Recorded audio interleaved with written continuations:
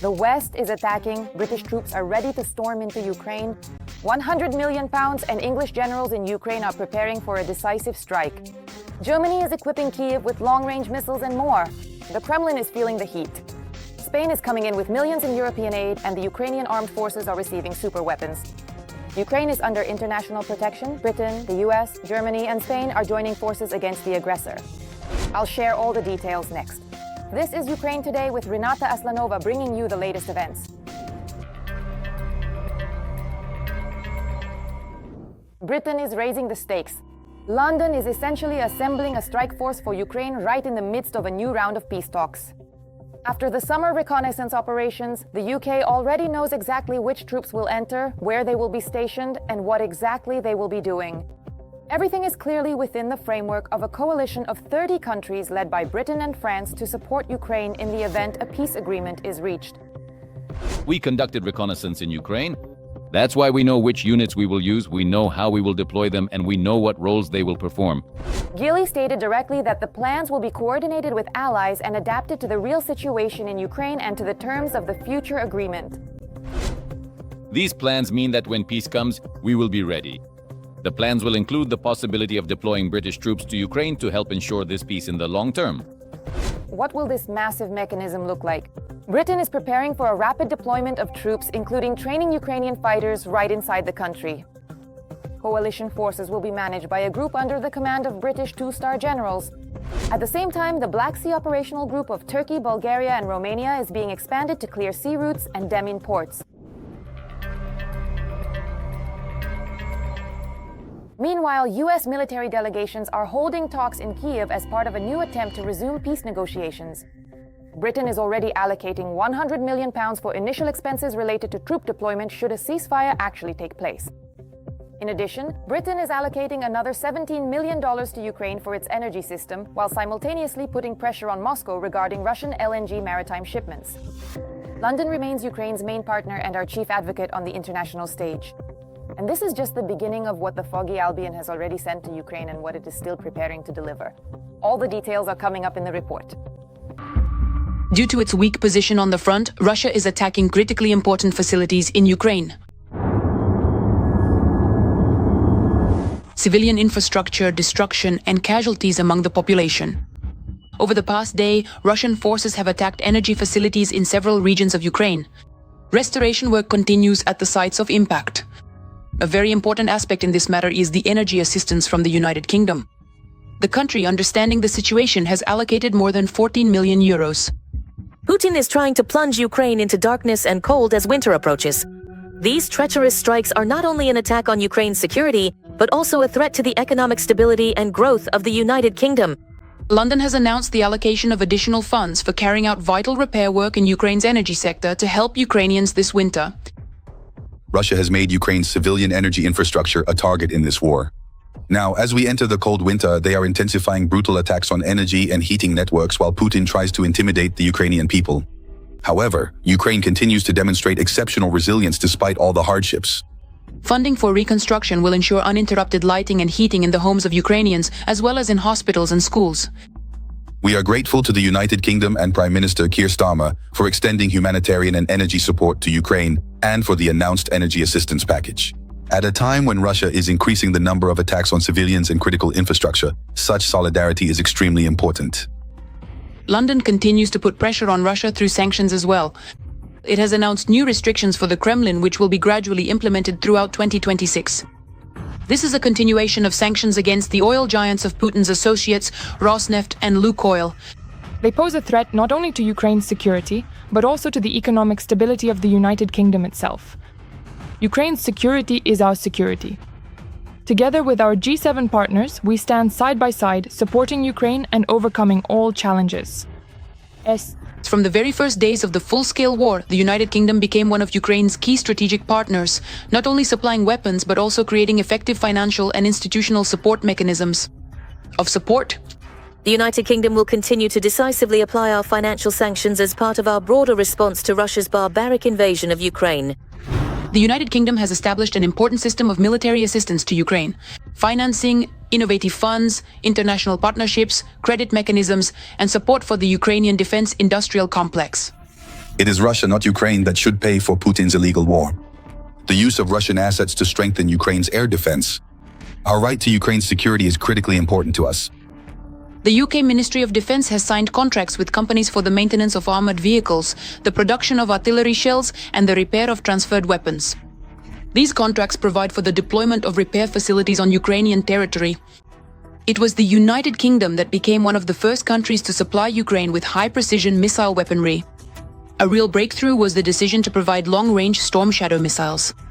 In 2023, the British government announced the transfer of cruise missiles capable of striking targets at distances of more than 250 kilometers. Storm Shadow became the first long-range missiles received by Ukraine, and they were immediately used to strike strategic targets in the occupied territories.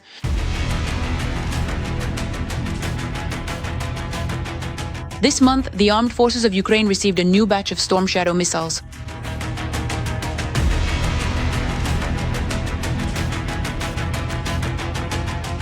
The United Kingdom provided the Ukrainian armed forces with protective gear, vehicles, communications equipment, demining support, as well as assistance with maintenance, equipment, and digital transformation. Britain became the first country to announce plans to supply Ukraine with main battle tanks.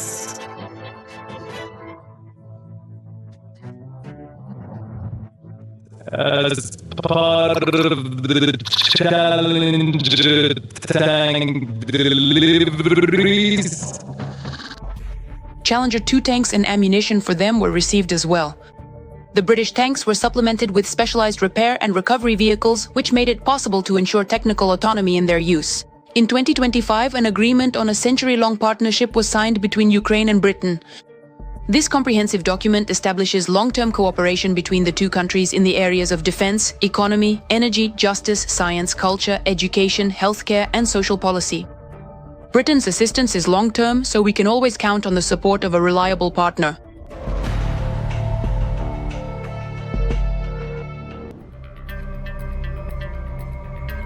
Every voice matters. Join our community, support independent journalism, and help us bring you the truth from Ukraine.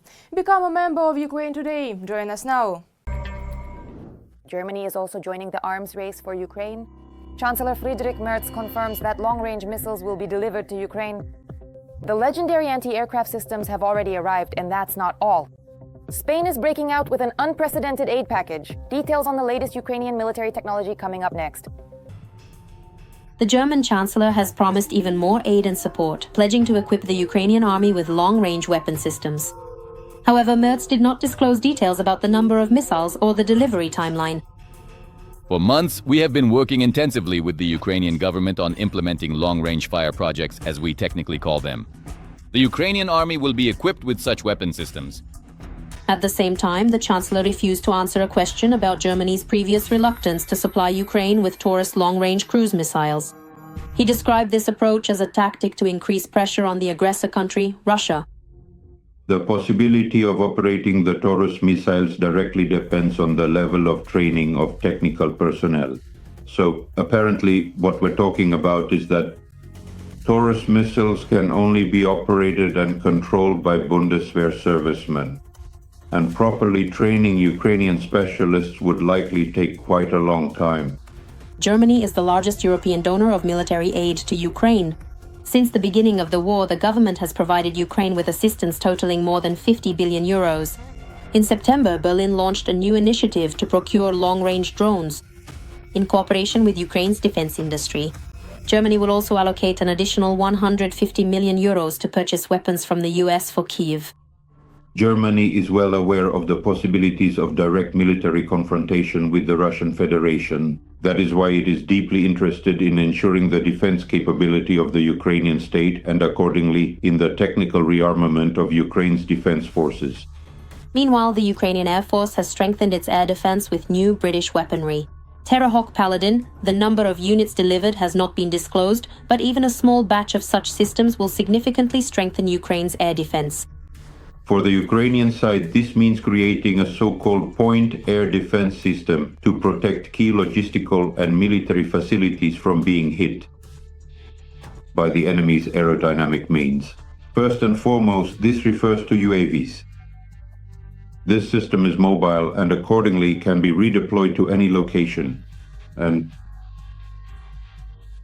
given its autonomous operation, this significantly increases Ukraine's ability to counter threats, particularly from the Russian Federation. Spain will also allocate 615 million euros to support Ukraine, with the lion's share going specifically to military needs. In the first place, this is a program for additional arms purchases for the needs of the Ukrainian armed forces from the United States. The second is accordingly the strengthening of Ukraine's air defense systems. And accordingly, this also includes logistical and technical support, including the transfer by the Spanish side of heavy armored vehicles and weaponry that are currently in service with the Spanish army. After the start of the full-scale war, Ukraine ramped up weapons production and the implementation of new technologies, which are already being used on the front lines. The volume of domestic weapons production has increased dozens of times. Ukraine has scaled up the production of Bogdana self-propelled artillery systems to 20 units per month. These are record numbers even for NATO countries. A distinctive feature is that this is a modified 155mm caliber, which is the NATO standard, plus accordingly the price-to-quality ratio. In addition, Ukraine's defense forces have increased artillery shell production and have done so to a record level. We are talking about scaling up the production of both FPV drones and accordingly strike drones with a target engagement range of over 1,500 kilometers. Earlier, Volodymyr Zelensky stated that the production of domestic weapons, particularly ballistics and drones, is one of the key tasks for the government and manufacturers. It is also worth noting the scaling up of the production of electronic warfare systems and radars. In this segment, once again, Ukrainian defense holds one of the leading positions in the world, and accordingly the production of maritime drones as well. All of this means that Ukrainian developers have demonstrated the ability to create high-precision weaponry capable of destroying important enemy military targets deep behind the lines.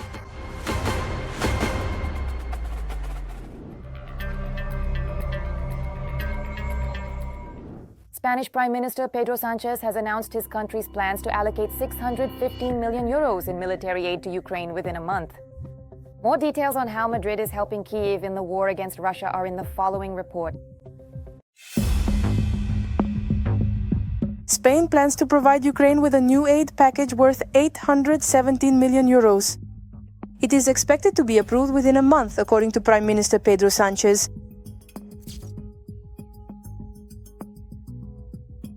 We are an ally and a friend of Ukraine, and it is a great honor for us to welcome Zelensky at the Moncloa Palace and, in a broad sense, to convey our affection for the Ukrainian people and the Ukrainian government. When in 2023, Ukraine was in dire need of air defense missile systems, there was a lot of bargaining going on. It was being decided who would provide what. The Spanish were the first to give us American Hawk air defense systems that had been in storage, and the Hawks, including the Spanish ones in particular, demonstrated very high effectiveness overall. this aid includes 300 million euros as part of the security agreement and 100 million euros under the Pearl instrument, for the purchase by NATO countries of weapons for Ukraine from the US, and 215 million euros under the EU SAFE instrument, for the purchase of equipment to counter drones as well as radars and vehicles. The United States is no longer providing aid to Ukraine. The United States is willing to sell weapons to European countries even if they will transfer them to Ukraine. As part of the cooperation, Spain will purchase 40 missiles for the IRST air defense systems, which are in short supply for Ukraine during the winter period. Spain has traditionally been a reliable and skilled producer of weapons, small arms, and armored vehicles. It's a mistake to write them off, in the context of the fact that both the quantitative and to some extent qualitative parameters of the weapons produced by the Spanish have decreased over the past decades, but this is a general European trend. It was also announced that our country will engage in comprehensive cooperation with the Spanish in the field of air defense. In Madrid, 5 bilateral documents were signed, including a memorandum of understanding on industrial cooperation in the field of security and defense between Spanish and Ukrainian companies. The Spanish may not be like that. In general, they're not particularly loud or boisterous, but they do help, especially when you ask them. During his visit, President Volodymyr Zelensky expressed his gratitude to Spain for supporting Ukraine in the face of Russian aggression, particularly for the military assistance provided since the beginning of the full-scale invasion.